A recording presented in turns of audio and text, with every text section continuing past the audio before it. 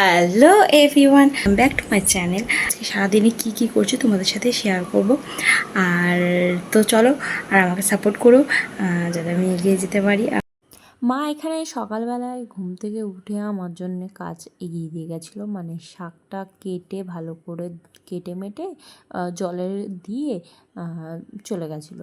তারপরে আমি উঠে এখানে চলে এসেছি রান্নাঘরে। এসে এই শাকগুলোকে ভালো করে মানে ধুয়ে জলে ধুয়ে আরও 2-3 বার ভালো করে জলে ধুয়ে তুলে নিয়েছি।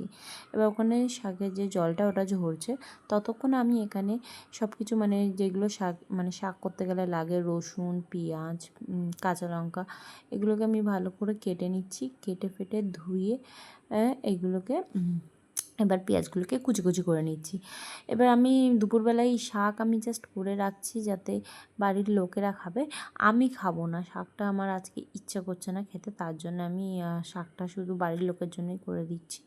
আর এখানে এই পেঁয়াজ আমার কাটা বলতে গেলে হচ্ছে আর কি। তারপরে আমি এই রসুনগুলোকে থেতো করে নিচ্ছি, ভালো করে থেতো করে একটু কুচি কুচি করে থেতো করে নিয়ে তেলের মধ্যে দিয়ে দেব। তো তেলের মধ্যে দিয়ে দেওয়াতে ব্যাস ছিটকানো শুরু হয়ে গেছে। তারপরে এখানে পেঁয়াজ কুচি দিয়ে দিয়েছি, শাকটা তারপরে দিয়ে দেবো। তো শাকটা ভালো করে ভেজে নেবো, ভেজে ঠেজে নিয়ে তারপরে আমি শাকটা ভাজা হয়ে গেলে ওখান থেকে পরের বাড়িতে আরও কাজ রয়েছে, যেরকম এই যে রান্নাঘরটা রান্না হয়ে গেছে, তো ঝাড় দিয়ে নিচ্ছি।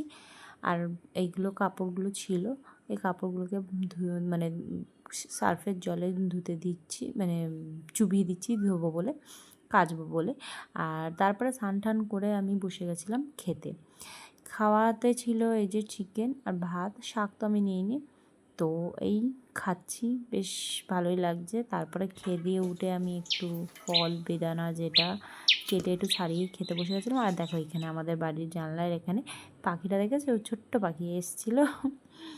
ভাবছে আয়নার মতন ওপার দিয়ে দেখা যায়, তো ভাবছি কিনা যে ওর মতন মনে হয় আর একটা পাখি এসছে, ওই জন্য এসে বারবার জানলাতে ঠোকর দিচ্ছিলো।